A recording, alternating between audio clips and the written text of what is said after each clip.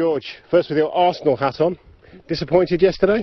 Of course, any sort of big local derby like that, you're disappointed when your team loses.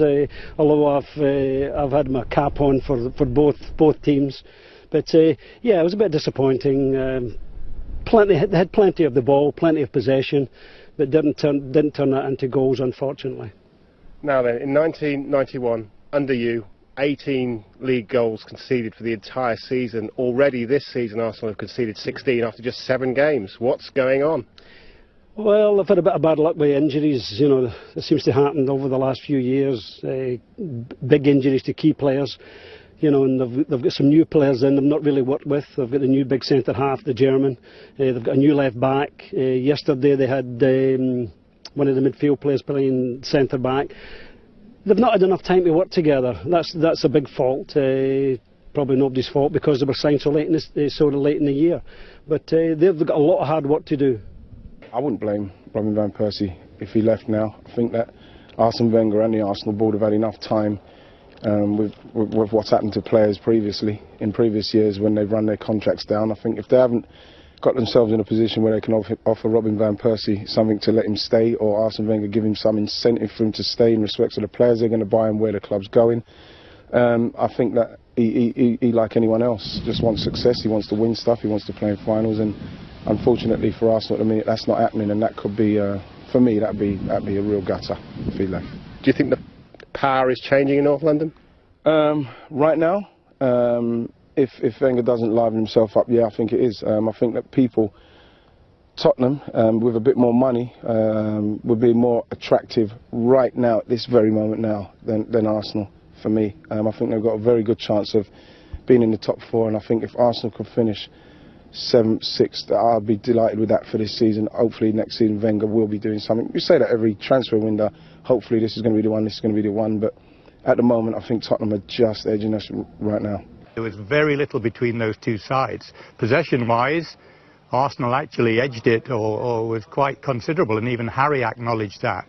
But it is the defending that, at the moment, it's the pulling together of that side, and it's going to take some time, and we're going to have to stick our chins, or put our chins up and stick our chests out, and we're going to have to accept that this is going to be the poorest season that we've seen for 15. Very frustrating. Performance wasn't the best, but the results are the more frustrating part about it. You know, it's a massive game for the fans, and even I watched it, and I don't watch a lot of football at the moment, but yeah, it's really frustrating to see what Arsenal are going through at this time. Talk to you about the keeper in a minute, but there's a lot of talk about Arsenal's defensive frailties. 1991, for example, team you played in, 18 goals conceded in the entire season in the league.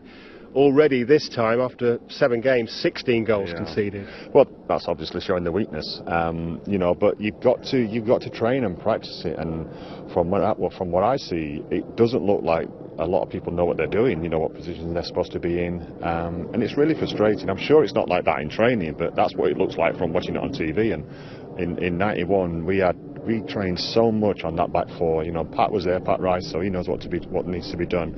And we trained and it worked. But at the moment, you know, the goalkeeper Chesney is getting too much to do. He's showing how good he is, but I don't like to see that. You know, a goalkeeper for Arsenal just normally has 1 or 2 saves a match, and that's it. You know, but at the moment he's keeping the scoreline down, not the team in it, but he's just keeping the scoreline down.